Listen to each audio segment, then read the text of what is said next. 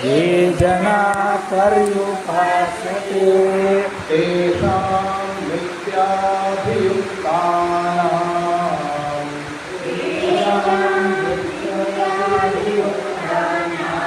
योगक्षेमं वहाम्यहम्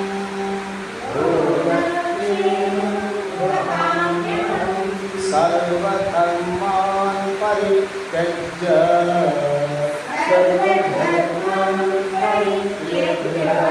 मामेकं शरणं व्रज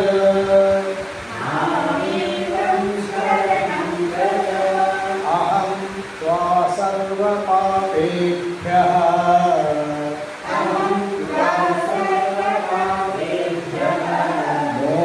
मोक्षयिष्यामि मा शुचः।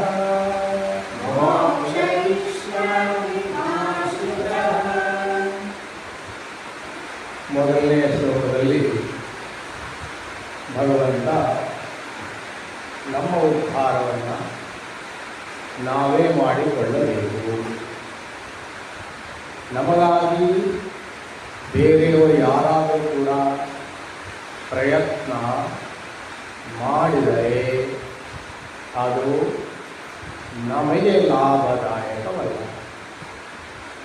ಯಾರು ಪ್ರಯತ್ನ ಮಾಡ್ತಾನೆಯೋ ಅವನಿಗೇ ಲಾಭವಾಗುವುದೇ ಹೊರತು ಬೇರೆಯವರಿಗೆ ಲಾಭ ಸಾಧ್ಯವಿಲ್ಲ. ಪ್ರತಿಯೊಬ್ಬನೂ ಕೂಡ ತನ್ನ ಪ್ರಗತಿ ಏನಿದೆ ಜೀವನದಲ್ಲಿ ಮುಂದೆ ಬರಬೇಕು, ಈ ಭೌತಿಕ ಜಗತ್ತಿನಲ್ಲಿ ಮುಂದುವರಿಯಬೇಕು ಅನ್ನುವುದಾದರೆ ಅವನೇ ಪ್ರಯತ್ನವನ್ನು ಮಾಡಬೇಕೇ ಹೊರತು ಅವನಿಗೋಸ್ಕರ ಬೇರೆಯವರು ಪ್ರಯತ್ನ ಮಾಡಿದರೆ ನಡೆಯೋದಿಲ್ಲ.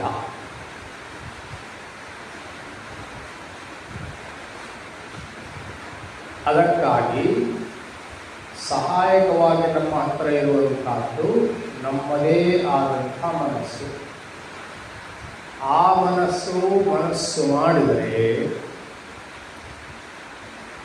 ನಮ್ಮನ್ನು ಎತ್ತರಕ್ಕೆ ಕೊಂಡೊಯ್ತದೆ.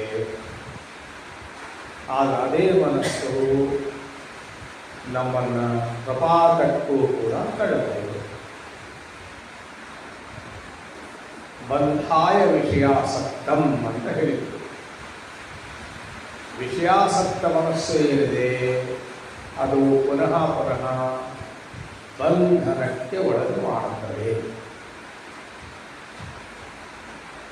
ನಿರ್ವಿಷಯಂ ಸ್ವತಂ ಮನಃ ಮೋಕ್ಷಾಯ. ನಿರ್ವಿಷಯವಾದಂಥ ಮನಸ್ಸೇನಿದೆ ಅದು ಮೋಕ್ಷಕ್ಕೆ ಕಾರಣವಾಗುತ್ತದೆ. ಅದಕ್ಕಾಗಿಯೇ ಮನಯೇವ ಮನುಷ್ಯಾಣಾಂ ಕಾರಣಂ ಬಂಧನ ಮೋಕ್ಷಯೋಗೋ. ಈ ಮನಸ್ಸೇ ಬಂಧನಕ್ಕೂ ಕಾರಣ, ಈ ಮನಸ್ಸೇ ಮೋಕ್ಷಕ್ಕೂ ಕಾರಣ. ಬಂಧನ ಅಂದರೆ ಜನ್ಮ ಮರಣ ರೂಪಿ ಚಕ್ರ ಏನಿದೆಯೋ ಅದರಲ್ಲಿ ಸಿಕ್ಕಿ ಹಾಕಿಕೊಳ್ಳುವಂಥ.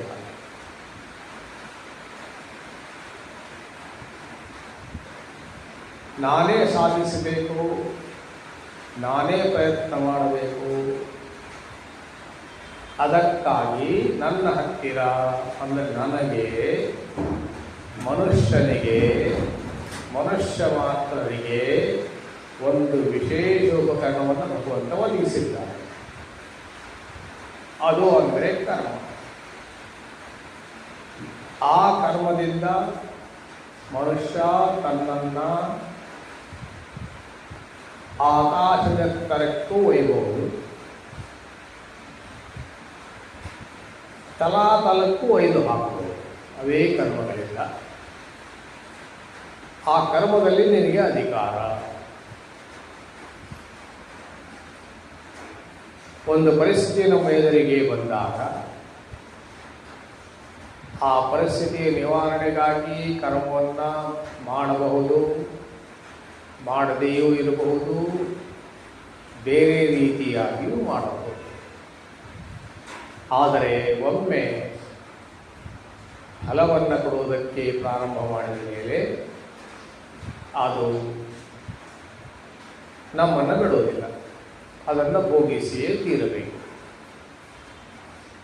ತ್ರಿವಿಧಂ ಕರ್ಮಣ ಫಲ, 3 ಪ್ರಕಾರದ ಫಲಗಳು ಕರ್ಮಗಳಿಂದ ಉಂಟಾಗೋದಕ್ಕೆ ಸಾಧ್ಯವಿದೆ. ಇಷ್ಟಂ, ಅನಿಷ್ಟಂ, ಮಿಶ್ರಂಚ. ಒಂದು ಕರ್ಮದಿಂದ ನಾನೇನು ಬಯಸಿದ್ದೇನೋ ಅದನ್ನು ಗಳಿಸಿಕೊಳ್ಳಬಹುದು, ಅದು ದೊರೆಯಬಹುದು, ಅದು ಇಷ್ಟಂ. ನನ್ನ ಇಚ್ಛಿತ ವಸ್ತು ದೊರೆತರೆ ಅದು ಇಷ್ಟ. ದೊರೆಯದು ಇರಬಹುದು, ದೊರೆಯದೇ ಇರಬಹುದು, ಅದು ಅನಿಷ್ಟಂ. ನಾನು ಬಯಸಿದ್ದೇ ಒಂದು, ಅದು ದೊರೆತದ್ದೇ ಇನ್ನೊಂದು ಅನ್ನುವ ರೀತಿಯಲ್ಲಿ ಆದರೆ ಅದು ಅನಿಷ್ಟ. ನಮಗೆ ಅನಿಷ್ಟ, ನಮ್ಮ ಪ್ರಗತಿಗೆ ಬಹುಶಃ ಅದೇ ಬೇಕಾಗಿರಬಹುದು, ಆದರೆ ನನಗದು ಗೊತ್ತಿಲ್ಲ. ಇನ್ನು ಮಿಶ್ರಂ. ಮಿಶ್ರಂ ಅಂದರೆ ಇಚ್ಛಿತ ವಸ್ತು ದೊರೆಯುತ್ತೇನೋ ಹೌದು, ಆದರೆ ಇಚ್ಛಿಸಿದಷ್ಟು ದೊರೆಯಲಿಲ್ಲ, ಅದು ಮಿಶ್ರ. ಇಚ್ಛಿಸಿದಷ್ಟು ದೊರೆತಿದೆ, ಇಚ್ಛಿದ್ದು ದೊರೆತಿದೆ ಅನ್ನುವಂಥ ಸಂತೋಷ ಒಂದು ಕಡೆಯಾದರೆ, ಎಷ್ಟು ಇಚ್ಛಿಸಿದ್ದೇನೋ ಅಷ್ಟು ದೊರೆಯಲಿಲ್ಲ ಅನ್ನುವಂಥದ್ದು ದುಃಖಕ್ಕೆ ಕಾರಣವಾಗುವಂಥ ಸಂಗತಿ.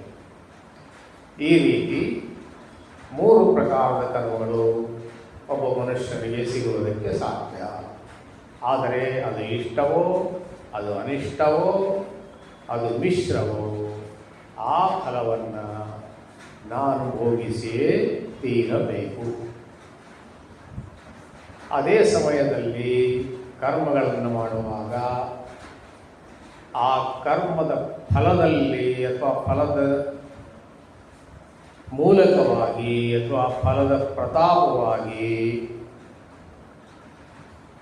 ಪುನಃ ನನಗೆ ಜನ್ಮ ತೆಗೆದುಕೊಳ್ಳುವಂಥದ್ದು ಬರಬಾರದು. ಆ ರೀತಿ ಕರ್ಮವನ್ನು ಮಾಡಬೇಕು. ಅದೇ ಸಮಯದಲ್ಲಿ ಆಲಸ್ಯಕ್ಕೆ, ಸೋಮಾರಿತನಕ್ಕೂ ಕೂಡ ಎಡೆ ಕೊಡಬಾರದು. ಇದು ಭಗವದ್ ಹೇಳಿಕೆ.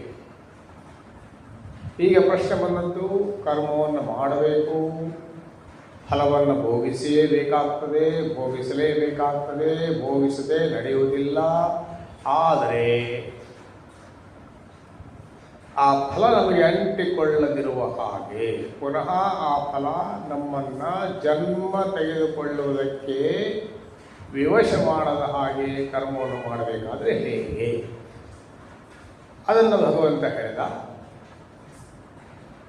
ಕಾಯಕವನ್ನು ಕೈಲಾಸವನ್ನಾಗಿ ಮಾಡು, ವರ್ಕನ್ನು ವರ್ಷಿಪ್ಪನ್ನಾಗಿ ಮಾಡು.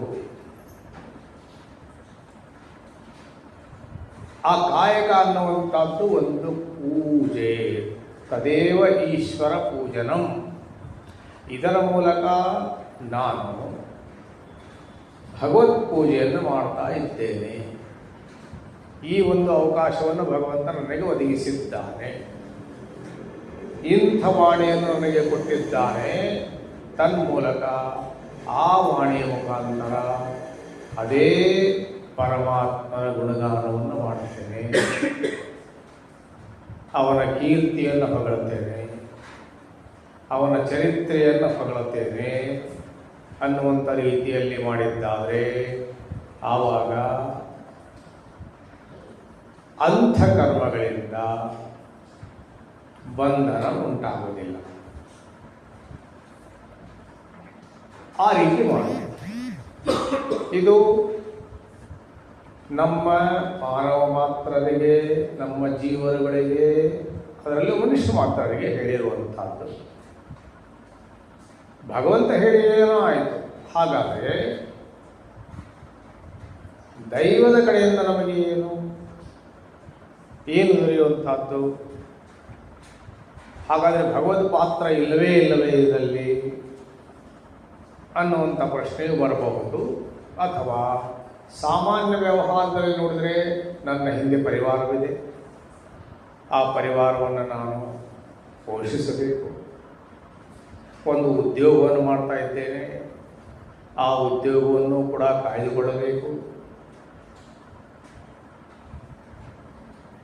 ಅದೆಲ್ಲವೂ ಇದರಿಂದ ಸಾಧ್ಯವೇ? ಅದು ನಡೆಯುವುದು ಹೇಗೆ? ತನ್ಮೂಲಕ ಜೀವನ ನಡೆಯುವುದು ಹೇಗೆ? ಅದೇ ಭಗವಂತನೇ ಹೇಳ್ತಾನೆ, ಶರೀರ ಯಾತ್ರಾಪಿಚತೆ ನ ಪ್ರಸಿದ್ಧೇತ್ ಅಕರ್ಮಣಃ ನಿಹಿತಂ ಕುರು ಕರ್ಮತ್ವಂ ಕರ್ಮಜ್ಯಾಯೋ ಹಿ ಅಕರ್ಮಣಃ. ನಿಹಿತಂ ವಿಹಿತಂ, ನೀನು ಎಲ್ಲಿದ್ದೀಯೋ ಅದಕ್ಕೆ ತಕ್ಕದಾದಂಥ ಕರ್ಮಗಳನ್ನು ಶಾಸ್ತ್ರ ವಿಧಿಸಿದೆಯೋ ಅದನ್ನು ಮಾಡು. ಕರ್ಮಜ್ಯಾಯ, ಮಾಡುವುದು ಶ್ರೇಷ್ಠ. ಯಾವುದಕ್ಕಿಂತ? ಕರ್ಮವನ್ನು ಬಿಡುವುದಕ್ಕಿಂತ. ಯಾಕೆ ಅಂದರೆ ಶರೀರ ಯಾತ್ರಾಪಿಚತೆ ನ ಪ್ರಸಿದ್ಧೇತ್. ಶರೀರ ಯಾತ್ರೆಯೂ ಕೂಡ, ಜೀವನ ಯಾಪನೆಯೂ ಕೂಡ ಕರ್ಮವಿಲ್ಲದೆ ನಡೆಯುವುದಿಲ್ಲ. ಈ ರೀತಿ ಹೇಳಿದಾಗ ಒಂದು ಕಡೆ ಹೀಗೆ ಹೇಳ್ತಾನೆ, ಒಂದು ಕಡೆ ಇನ್ನೊಂದು ರೀತಿಯಲ್ಲಿ ಹೇಳ್ತಾನೆ. ಹಾಗಿದ್ರೆ ಯಾವುದು ಸರಿ? ಅರ್ಪಣೆ ಮಾಡಬೇಕು, ಪೂಜೆ ರೀತಿಯಲ್ಲೇ ಮಾಡಬೇಕು, ಪೂಜೆ ಅಂತ ತಿಳಿದು ಮಾಡಬೇಕು, ಅದೆಲ್ಲವೂ ಸರಿ. ಆದರೆ ಯಾರಿಗಾಗಿ ಅರ್ಪಣೆಯನ್ನು ಮಾಡ್ತೀನಿಯೋ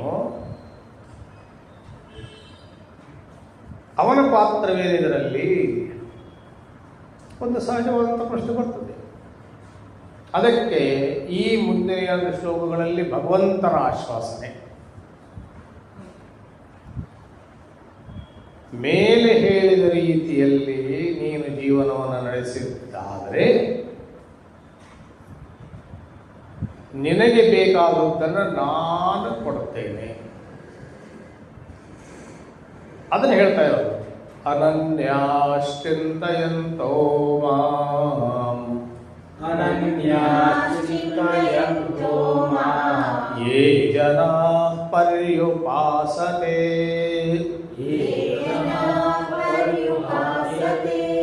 ತೇಷಾಂ ನಿತ್ಯಾಭಿಯುಕ್ತಾನಾಂ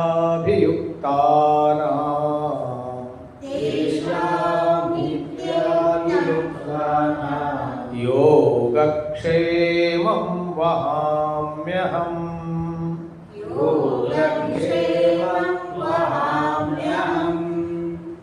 ಅನನ್ಯಾಶ್ಚಿಂತಯಂತೋ ಮಾಂ ಯೇ ಜನಾಃ ಪರ್ಯುಪಾಸತೆ ತೇಷಾಂ ನಿತ್ಯಾಭಿಯುಕ್ತಾನಾಂ ಯೋಗಕ್ಷೇಮಂ ವಹಾಮ್ಯಹಂ. ಅನನ್ಯವಾದಂಥ ಮನಸ್ಸಿನಿಂದ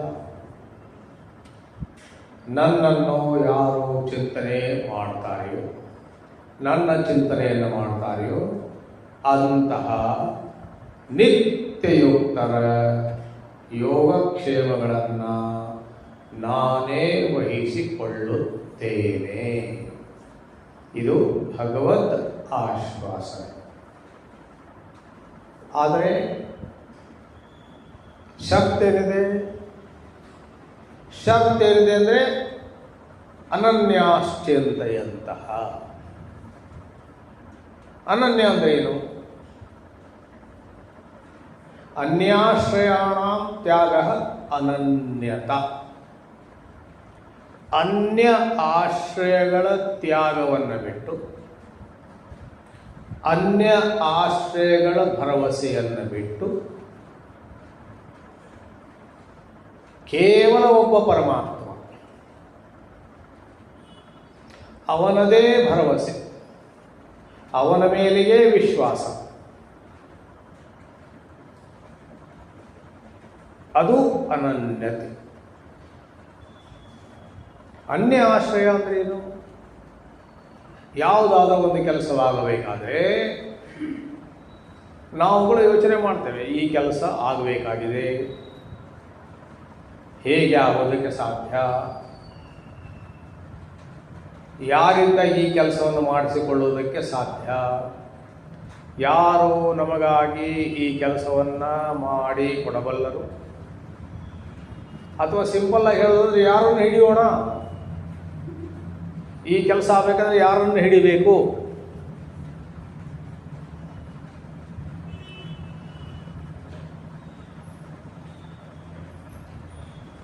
ಇಲ್ಲಿಯ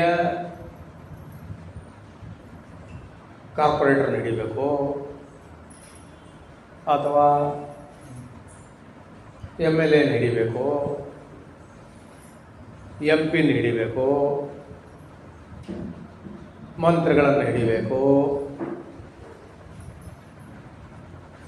ಈ ರೀತಿ ಯೋಚನೆ ಮಾಡುವಂಥ, ಅಥವಾ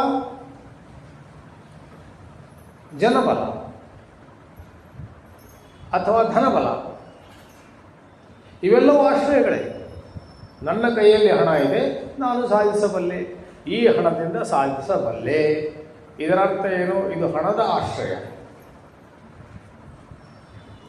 ಈ ಯಾವ ಆಶ್ರಯಗಳನ್ನು ಕೂಡ ಹಿಡಿಯದೆ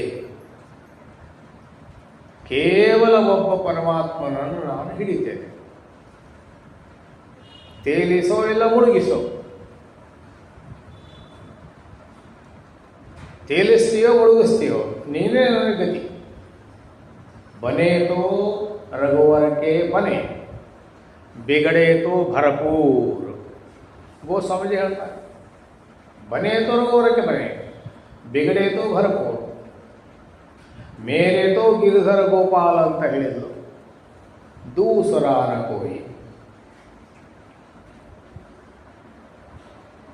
ಚನ್ನ ಮಲ್ಲಿಕಾರ್ಜುನನಲ್ಲದೆ ಬೇರೆ ಯಾರಿಗೂ ಕೂಡ ನನ್ನ ಮನಸ್ಸು ಎಳೆಸುವುದಿಲ್ಲ.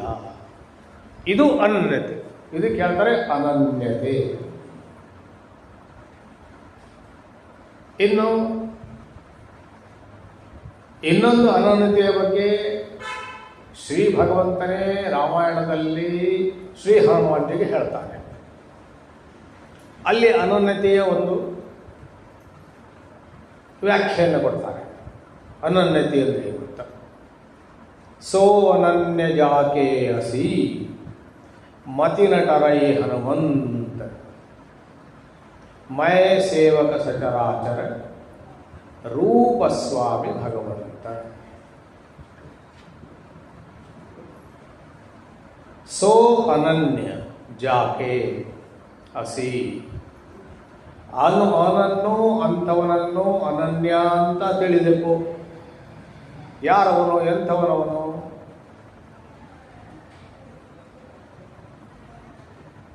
ಮೈ ಸೇವಕ ಸಚರಾಚರ ರೂಪಸ್ವಾಮಿ ಭಗವಂತ. ನಾನು ಸೇವಕ. ಯಾರದ್ದು? ಚರಾಚರ. ಚರ ಅಂದರೆ ನಡೆಯುವಂಥವು, ಅಚರ ಅಂದರೆ ನಡೆಯಲಾರದೇ ಇರುವಂಥವು, ಸ್ಥಿರ ಮತ್ತು ಜಂಗಮ. ಸ್ಥಿರ ಅಂದರೆ ಒಂದು ಕಡೆ ಇರುವಂಥವು, ಜಂಗಮ ಅಂದರೆ ನಡೆಯುವಂಥವು. ಈ ಚರ ಮತ್ತು ಅಚರ ಏನಿದೆಯೋ, ಸ್ಥಿರ ಅಥವಾ ಜಂಗಮ ಏನಿದೆಯೋ, ಜಡ ಅಥವಾ ಚೇತನ ಏನಿದೆಯೋ, ಇವುಗಳೆಲ್ಲವುಗಳ ಸೇವೆಯನ್ನು ಮಾಡ್ತೇನೆ. ಯಾಕೆ ಅಂದರೆ ಈ ಎಲ್ಲ ರೂಪಗಳಲ್ಲಿಯೂ ಕೂಡ ಸ್ವಾಮಿಯೇ ಇದ್ದಾನೆ. ರೂಪಸ್ವಾಮಿ ಭಗವಂತ. ಅದಕ್ಕಾಗಿ ನಾನು ಅವೆಲ್ಲವುಗಳಿಗೂ ನಮಸ್ಕಾರ ಮಾಡ್ತೇನೆ, ಅವೆಲ್ಲವುಗಳಿಗೂ ನಾನು ಸೇವೆಯನ್ನು ಮಾಡ್ತೇನೆ. ಸಿಯಾ ರಾಮಮಯ ಸಬ ಜಗ ಜಾನಿ. ಈ ಇಡೀ ಜಗತ್ತನ್ನು ನಾನು ಸೀತಾರಾಮಮಯವನ್ನಾಗಿ ಕಾಣುತ್ತೇನೆ. ಅದಕ್ಕಾಗಿ ಏನು ಮಾಡ್ತೇನೆ? ಕರಹು ಪ್ರಣಾಮ ಜೋರಿ ಜುಗ ಪಾಮಿ, ಎರಡೂ ಕೈಗಳನ್ನು ಜೋಡಿಸಿ ನಮಸ್ಕಾರ ಮಾಡ್ತೇನೆ. ಈ ರೀತಿಯಾದಂಥದ್ದು ಭಾವನೆ ಇದ್ದದ್ದಾದರೆ ಹನುಮಂತ, ಅದು ಅನನ್ಯತೆ. ಆದರೆ ಇಲ್ಲಿ ಭಗವಂತ ಹೇಳ್ತಿದ್ದಾನೆ ಅನನ್ಯಾಶ್ಚಿಂತಯಂತಹ, ಕೇವಲ ನನ್ನ ಹೊರತಾಗಿ ಬೇರೆ ಇಲ್ಲ. ಭಕ್ತಿ ಸೂತ್ರಗಳನ್ನು ಹೇಳ್ತಾರೆ ಭಗವದ್ರಾಮಾಚಾರ್ಯರು. ಏನು ಅಂತಂದರೆ ಆನುಕೂಲಸ್ಯ ಸೇವನಂ ಪ್ರಾತಿಕೂಲ್ಯಸ್ಯ ವರ್ಜನಂ ಗೋಪ್ತೃತ್ವೇ ವರ್ಣಂ ತಥಾ ರಕ್ಷಿಷ್ಯತಿ ಇತಿ ವಿಶ್ವಾಸಃ.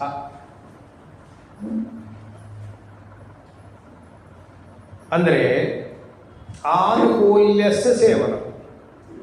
ಕೂಲ ಅಂದ್ರೆ ನಮಗೆಲ್ಲ ಗೊತ್ತಿದೆ, ದಂಡೆ, ತೀರ, ನದಿ ದಂಡೆ, ನದಿ ತೀರ ಅಂತೀವಲ್ಲ, ಅದಕ್ಕೆ ಕೂಲ ಅಂತಾರೆ. ಈಗ ಅನುಕೂಲ, ಆನುಕೂಲಸ್ಯ, ಆ ಪರಮಾತ್ಮನಿಗೆ ಯಾವುದು ರುಚಿಕರವೋ ಯಾವುದು ಇಷ್ಟವೋ ಅದನ್ನು ಮಾತ್ರ ನಾನು ಮಾಡ್ತೇನೆ. ಪ್ರಾತಿಕೂಲ್ಯಸ್ಯ ವರ್ಜನಂ, ಅವನಿಗೆ ಯಾವುದು ಇಷ್ಟವಿಲ್ಲವೋ, ಯಾವುದನ್ನು ಮಾಡಿದರೆ ಅವನಿಗೆ ಸೇರುವುದಿಲ್ಲವೋ, ಅವನಿಗೆ ಸಂತೋಷವಾಗುವುದಿಲ್ಲವೋ ಅದನ್ನು ನಾನು ವರ್ಜ್ಯ ಮಾಡ್ತೇನೆ, ಮಾಡುವುದಿಲ್ಲ. ಆನುಕೂಲ್ಯಸ್ಯ ಸೇವನಂ ಪ್ರಾತಿಕೂಲ್ಯಸ್ಯ ವರ್ಜನಂ ಗೋಪ್ತೃತ್ವೇ ವರ್ಣಂ ತಥಾ. ಗೋಪಾಯತೆ, ಟು ಪ್ರೊಟೆಕ್ಟ್, ರಕ್ಷಣೆ ಮಾಡುವಂಥದ್ದು. ನನ್ನ ರಕ್ಷಣೆಗಾಗಿ ಕೇವಲ ಒಬ್ಬ ಪರಮಾತ್ಮನನ್ನು ಮಾತ್ರ ನಾನು ಆಯ್ಕೆ ಮಾಡಿಕೊಳ್ಳುತ್ತೇನೆ. ಗೋಪ್ತೃತ್ವೇ ವರ್ಣಂ, ನನ್ನ ರಕ್ಷಣೆ ಆಗಬೇಕಾಗಿದೆ. ಯಾರನ್ನು ಆರಿಸ್ಕೊಳ್ತೇನೆ? ಪರಮಾತ್ಮನನ್ನು ಮಾತ್ರ ನಾನು ಆರಿಸ್ಕೊಳ್ಳುವಂಥದ್ದು, ಬೇರೆ ಯಾರನ್ನು ಆರಿಸ್ಕೊಳ್ಳೋದಿಲ್ಲ, ಬೇರೆ ಯಾರ ಹತ್ರ ನಾನು ಹೋಗೋದಿಲ್ಲ. ಗೋಪ್ತೃತ್ವೇ ವರ್ಣಂ ತಥಾ. ತದನಂತರ ರಕ್ಷಿಷ್ಯತಿ ಇತಿ ವಿಶ್ವಾಸ, ರಕ್ಷಣೆಯನ್ನು ಮಾಡಿಯೇ ಮಾಡುತ್ತಾನೆ ಅನ್ನುವಂಥ ಅಚಲವಾದಂಥ ವಿಶ್ವಾಸ. ವಿಶ್ವಾಸ ಅಂದರೆ ಎಂಥದ್ದು? ಯಾವುದಕ್ಕೆ ವಿಶ್ವಾಸ ಅಂತ ಹೇಳ್ತಾರೆ? ಒಂದೆರಡು ದೃಷ್ಟಾಂತಗಳನ್ನ ಕೊಡ್ತಾರೆ. ಯಾವ ರೀತಿ ಅಂತಂದರೆ,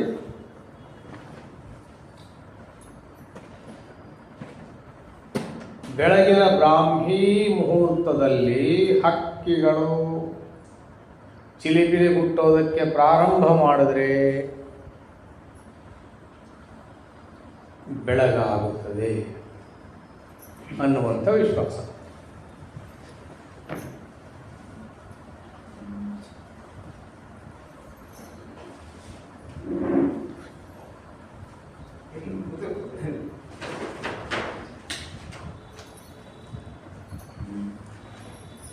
ಬೆಳಗು ಆಗಿಯೇ ಆಗುತ್ತದೆ ಅನ್ನುವಂಥ ವಿಶ್ವಾಸ. ಹಕ್ಕಿಗಳು ಒಂದು ವೇಳೆ ಚಳಿಮಳಿ ಕೊಟ್ಟೋದಕ್ಕೆ ಪ್ರಾರಂಭ ಮಾಡಿದರೆ ಆ ಹಕ್ಕಿಗಳಿಗೆ ವಿಶ್ವಾಸವಿದೆ, ಬೆಳಗು ಆಗಿಯೇ ಆಗುತ್ತದೆ.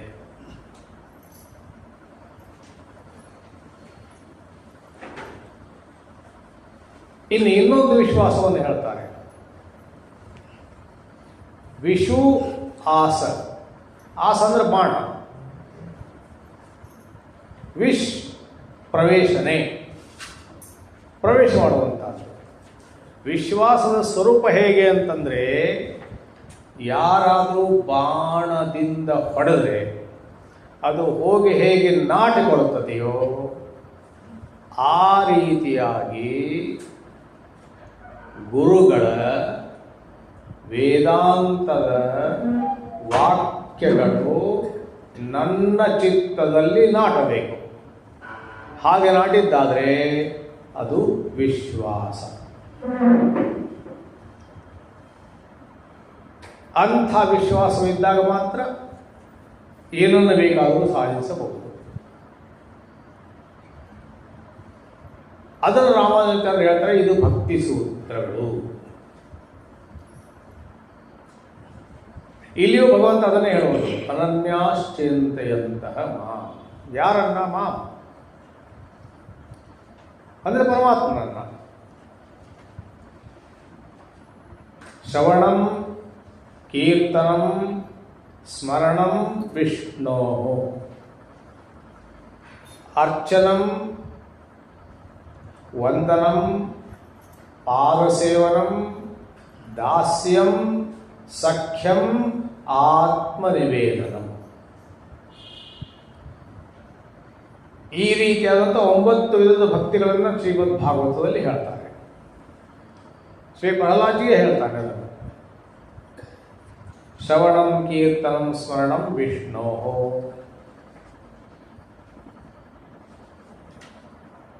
ಆ ವಿಷ್ಣುವಿನ ಶ್ರವಣ, ಅವನ ಕೀರ್ತನ, ಅವನ ಮನನ,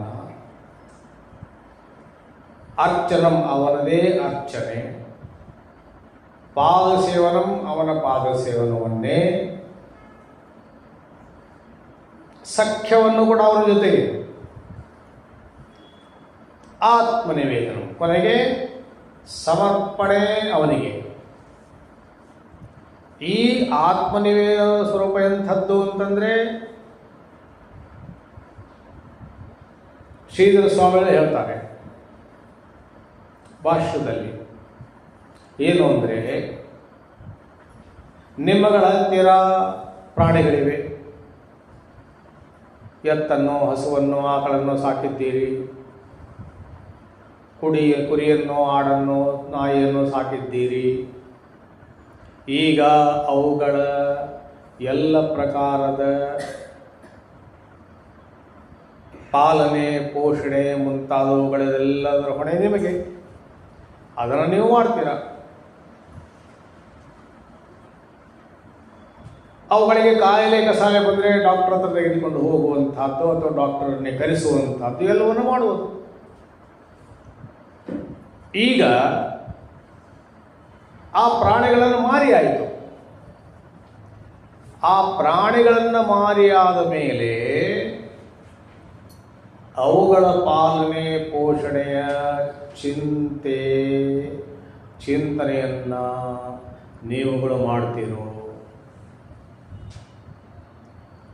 ನಮ್ಮ ಹಸು ಇದ್ದಾಗ ಸಮಯವಾಯಿತು ಅದಕ್ಕೆ ನೀರು ಕುಡಿಸ್ಬೇಕು, ಸಮಯವಾಯಿತು ಅದಕ್ಕೆ ಹುಲ್ಲು ಹಾಕಬೇಕು, ಯಾಕೋ ಕೂಗ್ತಿದೆ, ಏನೋ ಆಗಿರಬೇಕು ಅಂತ ಓಡ್ತೇವೆ. ಆದರೆ ಈಗ ಅದನ್ನು ಮಾರಿ ಆಗೋಯ್ತಲ್ಲ. ಈಗ ಅದಕ್ಕೆ ಏನಾಗುತ್ತದೆ, ಅದಕ್ಕೆ ಸಮಯಕ್ಕೆ ಸರಿಯಾಗಿ ನೀರು ಸಿಗುತ್ತದೋ ಇಲ್ಲವೋ, ಹುಲ್ಲು ಸಿಗುತ್ತದೋ ಇಲ್ಲವೋ, ಅದರ ಬಗ್ಗೆ ನಾವು ಕಾಳಜಿ ಮಾಡ್ತೇವೆಯೋ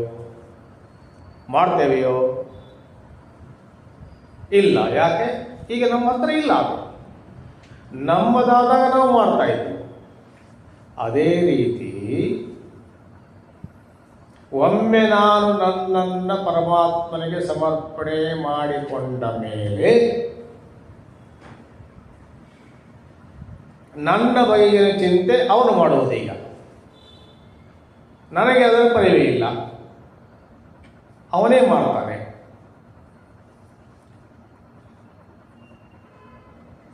ಇದು ಅನನ್ಯತೆ. ಈ ರೀತಿ ನಿತ್ಯಯುಕ್ತರು ಯಾರಿದ್ದಾರೋ ಅದನ್ನು ಹೇಳ್ತಾನೆ ಭಗವಂತ.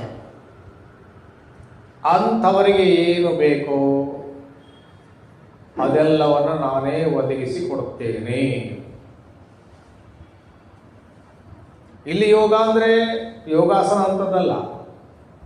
ಇಲ್ಲಿ ಯೋಗ ಅಂದರೆ ಯಾವುದು ನನ್ನ ಹತ್ತಿರ ಇಲ್ಲವೋ ಅದನ್ನು ಪಡೆದುಕೊಳ್ಳುವುದಕ್ಕಾಗಿ ನಾವೇನು ಪ್ರಯಾಸ ಮಾಡ್ತೇವೆಯೋ,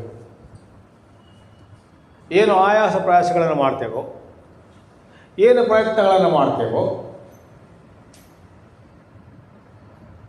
ಅದಕ್ಕೆ ಶಾಸ್ತ್ರೀಯ ಭಾಷೆಯಲ್ಲಿ ಹೇಳುವಂತಹದ್ದು ಯೋಗ.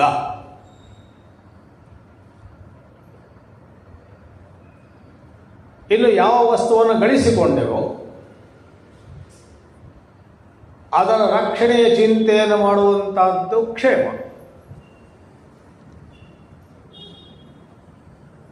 ಮನೆಯನ್ನ ಕಟ್ಟುವುದು ಯೋಗ, ಮನೆಯ ರಕ್ಷಣೆಯನ್ನು ಮಾಡುವುದು ಕ್ಷೇಮ.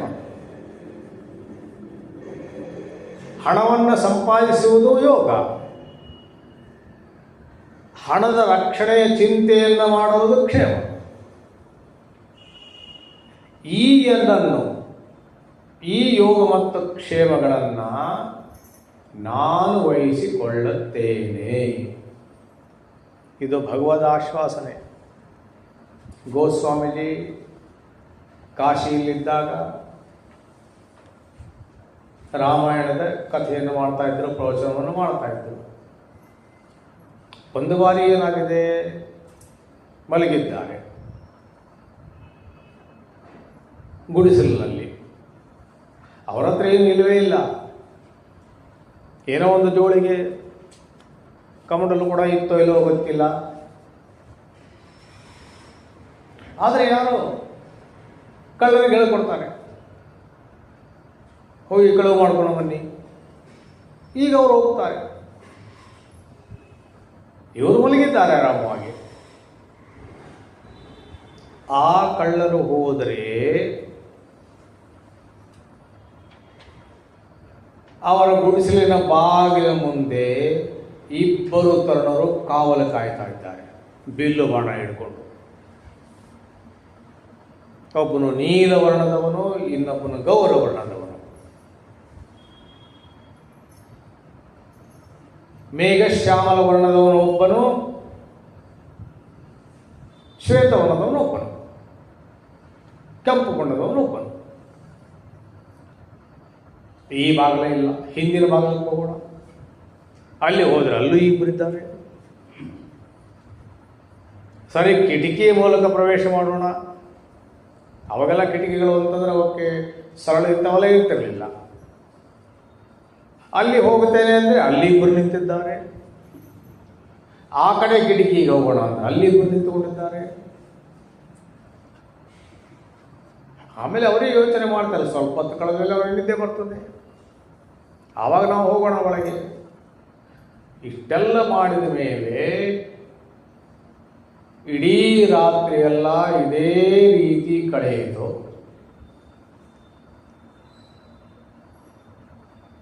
ದರ್ಶನ ಮಾಡಿದ್ರಲ್ಲ, ಅದರ ಪರಿಣಾಮವಾಗಿ ನಾವು ಎಂಥ ಕೆಲಸವನ್ನು ಮಾಡ್ತಿದ್ದೇವೆ. ಒಬ್ಬ ಸಂತನ ಗುಡಿಸಲಿನಲ್ಲಿ ಕಳುವು ಮಾಡೋದಕ್ಕೆ ಬಂದಿದ್ದೇವೆ ನಾವು. ಹೊರಟೋಗ್ಬಿಡ್ತಾರೆ. ಬ್ರಾಹ್ಮಿ ಮುಹೂರ್ತದಲ್ಲಿ ಗೋಸ್ವಾಮೀಜಿ ಹೇಳ್ತಾರೆ, ಎಲ್ಲ ಆಗ್ತದೆ. ಅವ್ರಿಗೆ ಏನು ವಿಷಯ ಗೊತ್ತಿಲ್ಲ.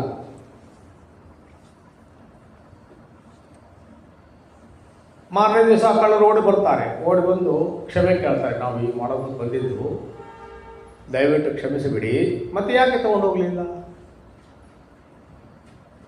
ಆದರೆ ಒಂದು ಮಾತನ್ನು ನಮಗೆ ಹೇಳಿ, ನಿಮ್ಮ ಮನೆಯ ಮುಂದೆ ಇಬ್ಬರು ತರುಣರು ಕಾವಲು ಕಾಯ್ತಾ ಇದ್ದರು.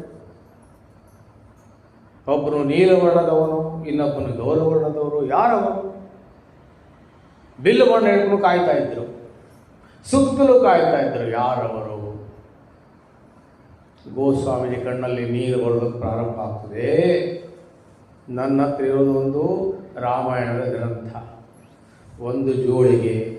ಅದನ್ನು ಕಾಯೋದಕ್ಕೆ ರಾಮ ನೀನು ಬರಬೇಕಾಯ್ತೆ, ನೀವೇ ಧನ್ಯರು ಅಂತ ಅವರಿಗೆ ನಮಸ್ಕಾರ ಮಾಡಿಬಿಡ್ತಾರೆ.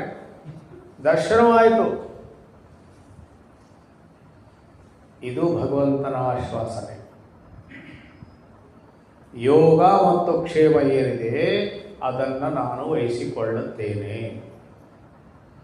ನಮ್ಮಲ್ಲಿ ಕರ್ತೃತ್ವ ಭಾವನೆ ಇರೋದ್ರಿಂದ ನಾವು ತಿಳ್ಕೊಂಡಿರೋದೇನು, ನಾವೇ ಮಾಡಬೇಕು, ನಾವೇ ಮಾಡ್ತೇವೆ. ಆದರೆ ಕಲ್ಪನೆ ಮಾಡಿ, ಸ್ವತಂತ್ರವಾಗಿ ನಾವೇನು ಮಾಡೋದಕ್ಕೆ ಸಾಧ್ಯ? ಈಗಿನ ದಿನಗಳಲ್ಲಿ ಒಂದು ಶಬ್ದ ಇದೆ, ಸೆಲ್ಫ್ ಮೇಡ್ ಮ್ಯಾನ್ ಅಂತ ಹೇಳ್ಕೊಳ್ತಾರೆ. ನಾನು ಸೆಲ್ಫ್ ಮೇಡ್ ಮ್ಯಾನ್ ಅಂತ. ಯಾರು ಸೆಲ್ಫ್ ಮೇಡ್ ಮ್ಯಾನ್ ಇಲ್ಲ. ಏನನ್ನು ಸಾಧಿಸಿದ್ದೇವೆ? ಈ ಜಗತ್ತಿನಲ್ಲಿ ಕಂಡು ಬಿಟ್ಟು ನೋಡಿದಾಗ ಯಾವುದರ ನಿರ್ಮಾಣವನ್ನು ನಾವು ಮಾಡಿದ್ದೇವೆ?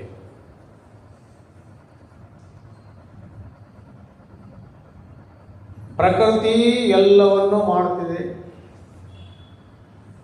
ಒಂದು ಬೀಜವನ್ನು ತೆಗೆದು ತೋಡಿ ಅದರಲ್ಲಿ ಬೀಜವನ್ನು ಹಾಕಿ ಅದರ ಮೇಲೆ ಮಣ್ಣನ್ನು ಮುಚ್ಚಿ ಬಿಟ್ಬಿಟ್ಟು ನೀರು ಹಾಕ್ತಾ ಹೋದವು. ಯಾರು ಅದನ್ನು ಬೆಳೆಸಿದ್ದು?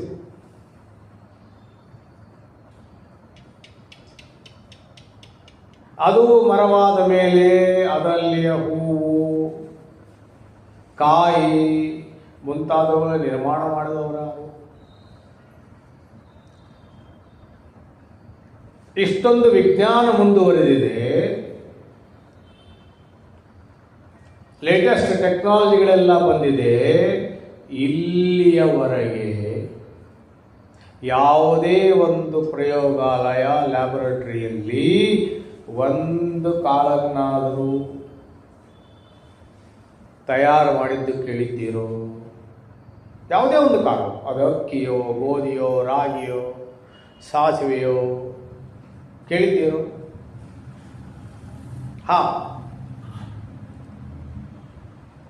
ಅದನ್ನು ಬಿತ್ತಿ ಬೆಳೆಯನ್ನು ತೆಗೆಯುವುದು. 1 ಪಟ್ಟು ಬರೋದಾದರೆ 100 ಪಟ್ಟು, 10 ಪಟ್ಟು, 1000 ಪಟ್ಟು ಹೇಗೆ ಮಾಡಿಕೊಳ್ಳಬಹುದು, ಅದನ್ನು ಮಾಡಿಕೊಂಡಿದ್ದೇವೆ. ಆದರೆ ಮೂಲ ಬೀಜ ಏನಿದೆ ಅದರ ನಿರ್ಮಾಣ ನಮಗೆ ಮಾಡುವುದಕ್ಕೆ ಸಾಧ್ಯವಾಗಿದೆಯೋ? ಒಂದೇ ಒಂದು ಹನಿ ರಕ್ತವನ್ನೇನಾದರೂ ಲ್ಯಾಬೊರೇಟರಿಯಲ್ಲಿ ತಯಾರು ಮಾಡೋಕ್ಕಾಗಿದೆಯೋ ಇವತ್ತಿನವರೆಗೆ? ಒಂದು ವೇಳೆ ಆಗಿದ್ದರೆ ರಕ್ತದಾನ ಮಾಡಿ ಅಂತ ಯಾಕೆ ಹೇಳಬೇಕು? ರಕ್ತದಾನ ಶಿಬಿರವನ್ನು ಯಾಕೆ ಮಾಡಬೇಕು? ಅಂಗಾಂಗಗಳನ್ನು ಸುಟ್ಟು ಹಾಕಬೇಡಿ ಅಂತ ಯಾಕೆ ಹೇಳಬೇಕು? ದಾನವನ್ನು ಮಾಡಿ ಇದ್ದವರಿಗೆ ಉಪಯೋಗ ಆಗುತ್ತವೆ ಅಂತ ಯಾಕೆ ಹೇಳಬೇಕು? ಹಾಗಿದ್ರೆ ಏನಿದೆ ನಮ್ಮ ಕೈಯಲ್ಲಿ?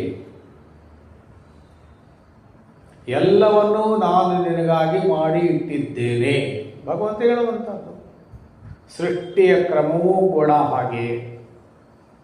ತಸ್ಮಾದ್ವಾಯ್ ತಸ್ಮಾತ್ ಆತ್ಮನಃ ಆಕಾಶ ಸಂಭೂತಃ ಆಕಾಶಾದ್ ವಾಯು ವಾಯೋರಗ್ನಿಃ ಅಗ್ನೇರಾಪಃ ಅದ್ಭ್ಯಃ ಪೃಥಿವೀ ಪೃಥಿವ್ಯಾಂ ಓಷಧಯಃ ಓಷಧೀಭ್ಯೋ ಅನ್ನಂ ಅನ್ನಾತ್ ಪುರುಷ.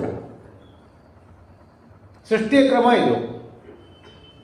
ಮೊದಲು ಆಕಾಶದ ನಿರ್ಮಾಣ, ಆತ್ಮನಃ ಆಕಾಶ ಸಂಭೂತ, ಪರಮಾತ್ಮನಿಂದ ಆಕಾಶದ ನಿರ್ಮಾಣ, ಆಕಾಶದಿಂದ ವಾಯು, ವಾಯುವಿಂದ ಅಗ್ನಿ, ಅಗ್ನಿಯಿಂದ ಆಪಹ ನೀರು, ಅದರಿಂದ ಪೃಥ್ವಿ, ಪೃಥಿವ್ಯಾಂ ಓಷಧಯ, ಪೃಥ್ವಿಯ ಮೇಲೆ ಔಷಧಿಗಳು. ಔಷಧಿ ಅಂತ ಕೂಡ ಅಂತಾರೆ, ಅದಕ್ಕೆ ಔಷಧಿ ಅಂತಾರೆ. ಆದರೆ ಔಷಧಿ ಅನ್ನುವಂಥದ್ದು ಸರಿಯಾದ ಶಬ್ದ. ಯಾವುದಕ್ಕೆ ಔಷಧಿ ಅಂತಾರೆ ಅಂತಂದರೆ, ಯಾವೆಲ್ಲವೂ ಕೂಡ ಒಂದು ಬಾರಿ ಫಲವನ್ನು ಕೊಟ್ಟು ನಾಶವಾಗುತ್ತವೆಯೋ ಅವಕ್ಕೆ ಔಷಧಿ ಅಂತ ಕರೀತಾರೆ. ಔಷಧಿ. ಎಲ್ಲ ಧಾನ್ಯಗಳನ್ನು ನೋಡಿ, ಒಂದು ಬಾರಿ ಫಲವನ್ನು ಕೊಟ್ಟಾದ ನಂತರ ನಾಶವಾಗ್ತವೆ, ಅವು ಉಳಿಯೋದಿಲ್ಲ. ಯಾವುದೇ ಬೇಳೆ ಕಾಳು ಇರ್ಬೋದು, ಗೋಧಿ ಇರ್ಬೋದು, ಅಕ್ಕಿ ಇರ್ಬೋದು, ರಾಗಿ ಇರ್ಬೋದು, ಜೋಳ ಇರ್ಬೋದು, ಒಂದೇ ಒಂದು ಬಾರಿ ಫಲ ಅದು ಕೊಟ್ಟ ನಂತರ ನಾನು ಅದಕ್ಕೆ ಎಷ್ಟೇ ನೀರು ಹಾಕಿದ್ರೂ ಮುಂದೆ ಏನಾಗೋದಿಲ್ಲ. ಅದು ಯಾಕೆ? ಒಂದೇ ಒಂದು ಬಾರಿ ಅದು ಫಲವನ್ನು ಕೊಡುವಂಥದ್ದು. ಔಷಧೀಭ್ಯ ಅನ್ನಂ. ಆ ಔಷಧಿಗಳಿಂದ ನಾವು ಸ್ವೀಕಾರ ಮಾಡುವಂಥ, ನಾವು ಪೋಷಿತಗೊಳ್ಳುವಂಥ ಅನ್ನ. ಆ ಅನ್ನದಿಂದ ಅನ್ನಾತ್ ಪುರುಷ. ಆ ಅನ್ನದಿಂದ ಪುರುಷನ ನಿರ್ಮಾಣ. ಒಳಗೆ ಯಾವ ರೀತಿ ಜೀರ್ಣವಾಗುತ್ತದೆ ನಮಗೆ ಗೊತ್ತಿಲ್ಲ. ಸೂರ್ಯೋದಯ ಹೇಗೆ ಆಗ್ತದೆ ನಮಗೆ ಗೊತ್ತಿಲ್ಲ. ಚಂದ್ರೋದಯ ಹೇಗೆ ಆಗ್ತದೆ ನಮಗೆ ಗೊತ್ತಿಲ್ಲ. ಆ ಸೂರ್ಯನಾರಾಯಣ ಅನ್ನುವಂಥವನು ಫಲವನ್ನು ಹೇಗೆ ನಿರ್ಮಾಣ ಮಾಡ್ತಾನೆ ಗೊತ್ತಿಲ್ಲ. ಹೂವಿದ್ದದ್ದನ್ನು ಕಾಯಿಯನ್ನಾಗಿ ಮಾಡ್ತಾನೆ, ಕಾಯಿ ಇದ್ದದ್ದನ್ನು ಹಣ್ಣನ್ನಾಗಿ ಮಾಡ್ತಾರೆ. ಇನ್ನು ಅದರಲ್ಲಿ ಆ ಎಲ್ಲದರಲ್ಲಿ ರಸವನ್ನು ತುಂಬುವಂಥವನು ಚಂದ್ರ. ಅವನು ಯಾವಾಗ, ಯಾವುದರ ಮೂಲಕ, ಹೇಗೆ ಅಲ್ಲಿ ರಸವನ್ನು ತುಂಬುತ್ತಾನೆ ಅದು ಗೊತ್ತಿಲ್ಲ. ಎಲ್ಲವೂ ನಡೀತಾ ಇವೆ ನಿಯಮಿತವಾಗಿ. ಅಂದ ಮೇಲೆ ಏನೋ ಒಂದು ಇರಬೇಕಲ್ಲ ಶಕ್ತಿ.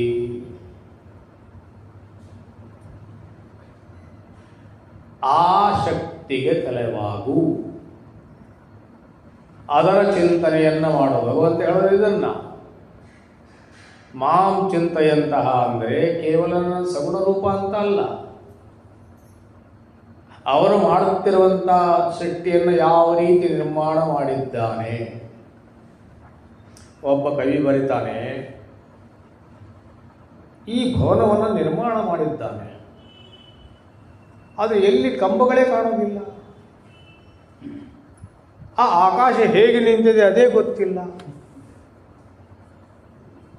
ಇಷ್ಟು ಮಿಲಿಯಗಟ್ಟಲೆ ವರ್ಷದಿಂದ ನಾವಿದ್ದೇವೆ, ಆ ಆಕಾಶ ಬಿದ್ದೀತಲ್ಲ ಅನ್ನೋಂಥ ಕಲ್ಪನೆಯೂ ನಮಗೆ ಬಂದಿಲ್ಲ, ಒಮ್ಮೆಯೂ ಬೀಳಲಿಲ್ಲ. ಪಶ್ಯ ದೇವಸ್ಯ ಕಾವ್ಯಂ, ಆ ಕವಿ ಹೇಳ್ತಾನೆ, ಪಶ್ಯ ದೇವಸ್ಯ ಕಾವ್ಯಂ. ಆ ದೇವನ ಕಾವ್ಯವನ್ನು ನೋಡಿ. ನಾ ಕೊಯ್ ಕಂಬ, ಕಂಬವೇ ಇಲ್ಲ, ಆದರೆ ನಿಂತಿದೆ, ಆರಾಮಾಗಿ ನಿಂತಿದೆ. ಯಾರು ಎತ್ತಿ ಹಿಡಿದಿದ್ದಾರೆ ಅದು ಗೊತ್ತಿಲ್ಲ. ಇವೆಲ್ಲವುಗಳ ಪ್ರತಿ ಕೃತಜ್ಞತೆಯನ್ನ ನೀನು ವ್ಯಕ್ತಪಡಿಸು. ಅದೇ ಪೂಜೆ, ಬೇರೇನೂ ಅಲ್ಲ. ಅದೇ ಭಕ್ತಿ, ಬೇರೇನೂ ಅಲ್ಲ. ಆದ್ದರಿಂದ ಆಯುರ್ವೇದದಲ್ಲಿ ಆ ಜಡಿಬೂಟಿಗಳೇನಿವೆ, ಗಿಡಮೂಲಿಕೆಗಳೇನಿವೆ, ಅವುಗಳನ್ನು ಕಾಡಿಗೆ ಹೋಗಿ ತರಬೇಕಾದರೆ ಮೊದಲು ಅವುಗಳ ಪೂಜೆಯನ್ನು ಮಾಡ್ತಾರೆ. ಪೂಜೆಯನ್ನು ಮಾಡಿ ಅವುಗಳ ಅನುಮತಿಯನ್ನು ಕೇಳ್ತಾರೆ. ಕಿತ್ತುಕೊಳ್ಳೋದಕ್ಕೆ ಅನುಮತಿಯನ್ನು ಕೊಡಿ ಅಂತ ಅನುಮತಿಯನ್ನು ಕೇಳ್ತಾರೆ. ಆಮೇಲೆ ಕಟ್ಟಿಗೆಯನ್ನು ಕಡಿಯುವಾಗಲೂ ಕೂಡ ನಿಯಮ ಏನು ಹೇಳ್ತಾರೆ, ಸುಮ್ಮನೆ ಕಡಿಯುವ ಹಾಗಿಲ್ಲ. ಗಿಡದ ಯಾವ ಟೊಂಗೆ ಒಣಗಿ ಹೋಗಿದೆಯೋ, ನೀರಸವಾಗಿದೆಯೋ ಅದನ್ನು ಮಾತ್ರ ಕತ್ತರಿಸಬೇಕು, ಸುಮ್ಮನೆ ಬಿಡುವ ಹಾಗಿಲ್ಲ.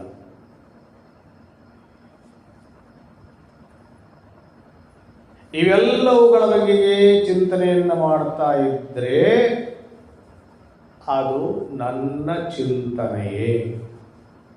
6 ಪ್ರಕಾರದ ಪೂಜೆಯನ್ನು ಭಗವಂತ ಹೇಳ್ತಾನೆ. ಎಲ್ಲೆಲ್ಲಿ ನನ್ನ ಪೂಜೆಯನ್ನು ಮಾಡಬಹುದು, ಯಾವ ರೀತಿಯಲ್ಲಿ ಮಾಡಬಹುದು ಅಂತ ವರ್ಣನೆ ಮಾಡ್ತಾನೆ. ಶ್ರೀಮದ್ ಭಾಗವತದಲ್ಲಿ ಹಸುಗಳಲ್ಲಿ ನನ್ನ ಪೂಜೆ, ಅವುಗಳಿಗೆ ಹುಲ್ಲನ್ನು ತಿನ್ನಿಸುವುದರ ಮೂಲಕ, ನೀರನ್ನು ಕುಡಿಸುವುದರ ಮೂಲಕ, ಗಿಡ ಮರಗಳಿಗೆ ನೀರು ಮುಂತಾದವುಗಳನ್ನು ಹನಿಸುವುದರ ಮೂಲಕ ನನ್ನ ಪೂಜೆ. ಈ ರೀತಿ ಬೇರೆ ಬೇರೆ ರೀತಿಯಲ್ಲಿ ನನ್ನ ಪೂಜೆ ಯಾವ ರೀತಿ ಮಾಡಬಹುದು ಅದನ್ನೇ ಅರ್ಜುನನ ಕೇಳಿದ್ದು. ಕೇಶು ಕೇಶಿಷ ಭಾವೇಶು ಚಿಂತ್ಯೋಸಿ ಭಗವನ್ಮಯ. 10ನೇ ಅಧ್ಯಾಯದಲ್ಲಿ ಕೇಳ್ತಾನೆ, ಯಾವ ಯಾವ ರೂಪದಲ್ಲಿ ಹೇಗೆ ಹೇಗೆ ನಿನ್ನ ಆರಾಧನೆಯನ್ನು ನಾನು ಈ ವಿಶ್ವದಲ್ಲಿ ಮಾಡಬಹುದು. ಅದೇ ವಿಭೂತಿ ಅಂತ ಹೇಳಿದ್ದು ಅಷ್ಟೇ. ಮುಖ್ಯವಾಗಿ ಏನು ವಿಭೂತಿಗಳಿವೆಯೋ ಅದರ ವರ್ಣನೆಯನ್ನು ಮಾಡ್ತಾನೆ. ಅದನ್ನು ಮಾಡಿದ್ದಾದರೆ ಅದು ನನಗೇ ಸಲ್ಲುವಂಥ ಪೂಜೆ. ಈ ರೀತಿ ಯಾರು ನಿತ್ಯೋಕ್ತರಾಗಿ ನನ್ನ ಚಿಂತನೆಯನ್ನು ಮಾಡ್ತಾರೆಯೋ, ಮೂರ್ತಿ ಪೂಜೆ ಒಂದು, ಆ ಮೂರ್ತಿ ಪೂಜೆಯೂ ಕೂಡ ಎಲ್ಲಿಯವರೆಗೆ ಅದನ್ನು ಹೇಳ್ತಾರೆ ಶ್ರೀಮದ್ ಭಾಗವತದಲ್ಲಿ. ಒಂದು ಮೂರ್ತಿಯನ್ನು ಇಟ್ಟುಕೊಂಡು ಪೂಜೆ ಮಾಡ್ತೇವೆ, ಅಥವಾ ಪಟವನ್ನು ಇಟ್ಟುಕೊಂಡು ಪೂಜೆ ಮಾಡಿದರೂ ಕೂಡ ಅದಕ್ಕೆ ಹೂವನ್ನು ಏರಿಸ್ತಾ ಇದ್ದರೆ ಶ್ರೀಮಾತೆಯವರು ಹೇಳ್ತಾರೆ, ಶಾರದಾ ಮಾತೆಯವರು ಪ್ರತಿ ದಿವಸವೂ ಒಂದು ಭಾವಚಿತ್ರ ಏನಿದೆಯೋ ಭಗವಂತನದು ಫೋಟೋ, ಅದಕ್ಕೆ ಒಂದು ಹೂವನ್ನು ಪ್ರತಿ ದಿವಸವೂ ಏರಿಸ್ತಾ ಇದ್ದರೆ ಕ್ರಮೇಣ ಅದರಲ್ಲಿ ಭಗವಂತನ ಸೂಕ್ಷ್ಮ ನಿವಾಸ ಬರ್ತದೆ. ಆವಾಗ ಆ ಫೋಟೋ ಅನ್ನುವಂಥದ್ದು ನಿಮಗೆ ನಿಮ್ಮ ಸಮಸ್ಯೆಗಳಿಗೆ ಉತ್ತರವನ್ನು ಕೂಡ ಅದು ಕೊಡಬಲ್ಲದು. ನಿಮ್ಮ ಭಾವನೆಗಳಿಗೆ ಅದು ಸ್ಪಂದಿಸ್ತದೆ. ಅದಕ್ಕೆ ಅರ್ಚಕಸ್ಯ ಪ್ರಭಾವೇನ ಶಿಲಾ ಭವತಿ ಶಂಕರ ಅಂತ ಹೇಳುವಂಥದ್ದು. ಮೊದಲು ತಂದು ಸ್ಥಾಪನೆ ಮಾಡಿದಾಗ ಅದು ಕಲ್ಲು, ಅದರಲ್ಲಿ ಏನೂ ಇಲ್ಲ. ಆದರೆ ಅರ್ಚಕ ಅನ್ನುವಂಥವನು ಎಷ್ಟು ಅದರ ಸೇವೆಯನ್ನು ಮಾಡ್ತಾನೆಯೋ ಅಷ್ಟು ಅದರಲ್ಲಿ ಶಕ್ತಿ ಜಾಗೃತವಾಗ್ತದೆ. ನಾವು ಜಾಗೃತ ದೇವರು ಅಂತ ಹೇಳ್ತೇವೆ, ಏನದರ ಅರ್ಥ? ಅಲ್ಲಿ ಅವನ ವಿಶೇಷ ಶಕ್ತಿ ಅಭಿವ್ಯಕ್ತವಾಗಿದೆ ಅಷ್ಟೇ. ಅದಕ್ಕೆ ಕಾರಣ ಯಾರು ಸ್ಥಾಪನೆ ಮಾಡಿದ್ದಾನೋ, ಯಾರು ಅದರ ಸೇವೆಯನ್ನು ಮಾಡ್ತಾ ಇದ್ದಾನೋ ಅವನ ಪ್ರಭಾವ. ಅರ್ಚಕಸ್ಯ ಪ್ರಭಾವೇನ ಶಿಲಾ ಭವತಿ ಶಂಕರ.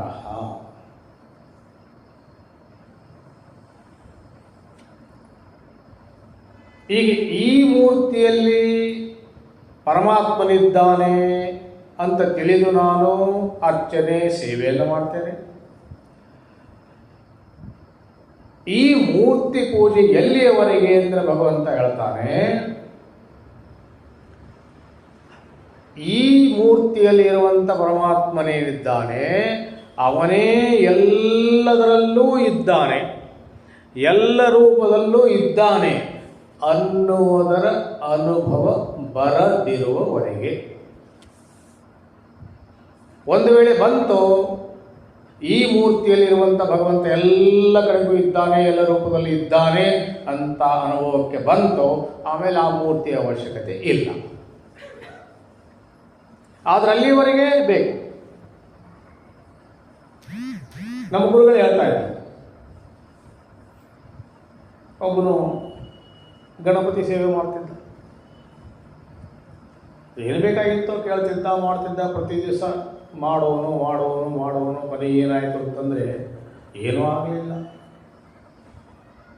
ಎತ್ತಿಟ್ಟುಬಿಟ್ಟ ಮೇಲೆ ಅದನ್ನು. ಇನ್ನೊಂದು ದೇವತೆಯನ್ನು ತಂದ. ನಾವು ಮಾಡ್ತೇವೆ ಇದೆಲ್ಲ. ಇರೋ ಒಬ್ಬ ಭಗವಂತ ಮನೆಯಲ್ಲಿದ್ದಾನೆ, ಅವನು ಅರ್ಜುನ ಮಾಡಿದ್ರೆ ಸಾಕು. ಯಾರು ಹೇಳ್ತಾರೆ ಅಲ್ಲಿ ಆ ಕ್ಷೇತ್ರಕ್ಕೆ ಹೋದರೆ ಕೆಲಸ ಆಗ್ತದೆ, ಅದು ಜಾಗೃತ ದೇವತೆ. ಭಗವಂತ ಯಾವಾಗಲೂ ಜಾಗೃತನಿದ್ದಾನೆ, ಎಲ್ಲಿ ಯಾವತ್ತೂ ಮಲಗಿಲ್ಲ. ಆದರೆ ನಾವು ಹೋಗ್ತೇವೆ ಅಲ್ಲಿ ನಮ್ಮ ಕೆಲಸವಾಗಲಿಲ್ಲವೋ ಇನ್ನೊಂದು ಕ್ಷೇತ್ರಕ್ಕೆ ಹೋಗು, ಅದು ಇದಕ್ಕಿಂತ ಜಾಗೃತ ದೇವತೆ. ಹೌದೋ ಅಲ್ವೋ? ಮಾಡ್ತೇವೆ ಇಲ್ವೋ? ಯಾಕಂದರೆ ನಮಗೆ ವಿಶ್ವಾಸ ಇಲ್ಲ. ಈಗ ಈ ದೇವತೆಯನ್ನು ಯಾವುದೋ ಒಂದು ದೇವತೆಯನ್ನು ತಂದ, ಅದರ ಪೂಜೆ ಮಾಡೋದಕ್ಕೆ ಪ್ರಾರಂಭ ಮಾಡಲ್ಲ. ಒಂದು ದಿವಸ ನೋಡ್ತಾನೆ, ಆ ದೇವಿಗೋ ದೇವರಿಗೋ ಹಚ್ಚಿಟ್ಟಂಥ ಊದಿನ ಕಡ್ಡಿ ಅದರ ಹೊಗೆ ಮೇಲೆ ಹೋಗ್ತಿದೆ, ಅದು ಗಣಪತಿ ಸೊಂಡಿಲನ್ನು ಮುಟ್ತಿದೆ. ಅವನಿಗೆ ಸಿಟ್ಟು ಬಂತು, ನೀನು ಯಾಕೆ ಈಗ ಸ್ವೀಕಾರ ಮಾಡ್ತಿದ್ದದ್ದು ಅದನ್ನು? ಎತ್ತತಾನದನ್ನು ಇಷ್ಟು ದಿವಸ ನಾನು ಮಾಡಿದ್ದು ಯಾಕೆ? ಇವತ್ತ್ಯಾಕೆ ನೀನು ಅದನ್ನು ಮಾಡೋದು? ಕದಿಯುವುದು. ತಕ್ಷಣ ಪ್ರತ್ಯಕ್ಷ ಆಗ್ತಾನೆ, ಏನು ಬೇಕು ಕೇಳು, ಪ್ರಸನ್ನನಾಗಿದ್ದೇನೆ. ಅವಾಗ ಅದು ಬರಲಿಲ್ಲ ನೀನು, ಯಾಕಂದರೆ ಈಗ ನಾನು ಇದರಲ್ಲಿ ಇದ್ದೇನೆ ಅಂತ ನಿನಗನ್ನಿಸ್ತು. ಇಷ್ಟು ದಿವಸ ನಿನಗೆ ಆ ಭಾವನೆ ಬಂದಿರಲಿಲ್ಲ.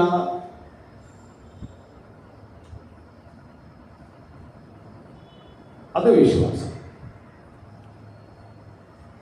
ಅದು ಅನನ್ಯತೆ, ಅದು ನಿತ್ಯಯುಕ್ತತೆ. ಆ ರೀತಿ ಯಾರು ಮಾಡ್ತಾನೆಯೋ ಆವಾಗ ಅವನಿಗೆ ಏನು ಬೇಕು, ಯಾವುದು ಬೇಕು, ಯಾವ ಕಾಲಕ್ಕೆ ಬೇಕು, ಎಷ್ಟು ಬೇಕೋ ಅದನ್ನು ನಾನೇ ಒದಗಿಸ್ತೇನೆ. ಕೊಡುವರು ಯಾರಲ್ಲ, ಅವನೊಬ್ಬನೇ. ಶಿವಾಜಿ ಮಹಾರಾಜರು ಕೋಟೆಯನ್ನು ಕಟ್ಟುವಾಗ, ಹಿಂದವಿ ಸಾಮ್ರಾಜ್ಯದ ಕೋಟೆಯನ್ನು ಕಟ್ಟುವಾಗ 5,000 ಜನ ಕಾರ್ಯದಲ್ಲಿ ನಿರತರಾಗಿದ್ದಂತೆ ಅಲ್ಲಿ ಕೆಲಸಗಾರರು. ಪ್ರತಿ ದಿವಸ ಬರುವಂಥದ್ದು, ಬಂದು ಉಸ್ತುವಾರಿ ಮಾಡ್ತಾಯಿದ್ರು. ಎಲ್ಲಿಗೆ ಬಂದಿದೆ ಕೆಲಸ, ಏನಾಗಿದೆ ಅಂತ ಹೇಳಿ. ಒಂದು ದಿವಸ ಮನಸ್ಸಿನಲ್ಲಿ ಯೋಚನೆ ಬಂತು, ಈ ಕೆಲಸದಿಂದ, ನಾವು ಮಾಡುತ್ತಿರುವಂಥ ಈ ಕೆಲಸದಿಂದ 5,000 ಜನಗಳಿಗೆ ಅನ್ನ ಆಹಾರಕ್ಕೆ, ನೀರು ನುಡಿಗೆ ದಾರಿಯಾಗಿದೆ. ಯಾವಾಗ ಈ ಯೋಚನೆ ಬಂತೋ ತಕ್ಷಣವೇ ಜೈ ಜೈ ರಘುವೀರ ಸಮರ್ಥ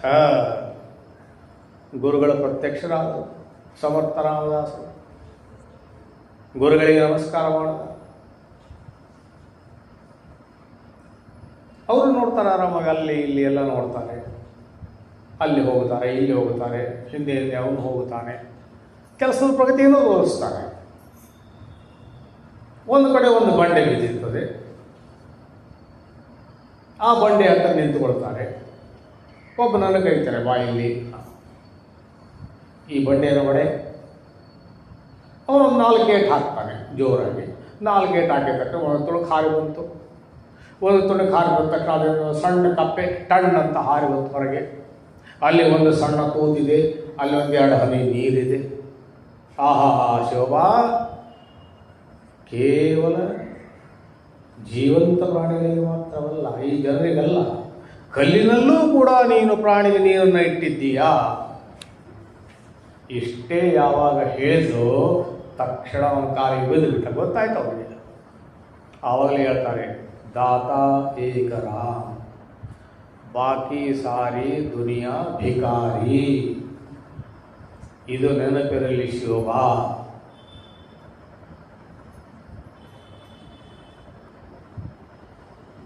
ಈ ರೀತಿ ಯಾರಲ್ಲಿ ಭಾವನೆ ಇದೆಯೋ, ಎಲ್ಲವನ್ನು ಮಾಡುವವನವನೇ, ಎಲ್ಲವೂ ಆಗುವುದವನಿಂದಲೇ, ಅವನಿಲ್ಲದೆ ಏನೂ ನಡೆಯುವುದಿಲ್ಲ. ತೇನ ವಿನಾ ತೃಣಮಪಿ ನ ಚಲತಿ ಅನ್ನುವಂಥದ್ದು ಯಾರಲ್ಲಿ ಬಂದಿದೆಯೋ ಅವರು ನಿತ್ಯಯುಕ್ತರು. ಅಂಥವರ ಯೋಗಕ್ಷೇಮಗಳನ್ನು ನಾನೇ ವಹಿಸಿಕೊಳ್ಳುತ್ತೇನೆ. ಇದು ಭಗವದಾಶ್ವಾಸ. ಭಗವಂತ ಇದನ್ನು ಹೇಳ್ತಾನೆ. ಇನ್ನು ಇನ್ನೊಂದು ಆಶ್ವಾಸನೆ ಏನು? ಇಷ್ಟೆಲ್ಲವನ್ನು ಮಾಡುವಾಗ ನಮ್ಮಿಂದ ಏನಾದರೂ ತಪ್ಪು ತಡೆಗಳಾದರೆ, ಪಾಪ ಮುಂತಾದವುಗಳು ಘಟಿಸಿದರೆ ಆವಾಗ ಏನು ಗತಿಯನ್ನು ಅನ್ನೋದು, ಅದಕ್ಕೆ ಭಗವಂತ ಉತ್ತರವನ್ನು ಕೊಡ್ತಾರೆ. ಅದನ್ನು ಓದಿ ನಾಳೆ ಚರ್ಚೆ ಮಾಡೋಣ. ಸರ್ವಧರ್ಮಾನ್ ಪರಿತ್ಯಜ್ಯ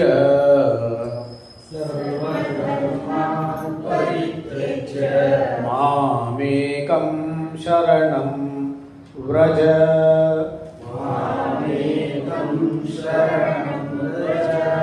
ಅಹಂ ತ್ವಾ ಸರ್ವಪಾಪೇಭ್ಯಃ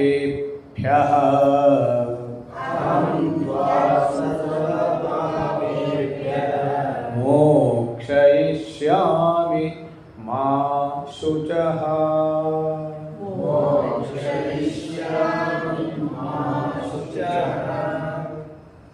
ನಾಳೆ ದಿವಸ ಚರ್ಚೆ ಮಾಡೋಣ.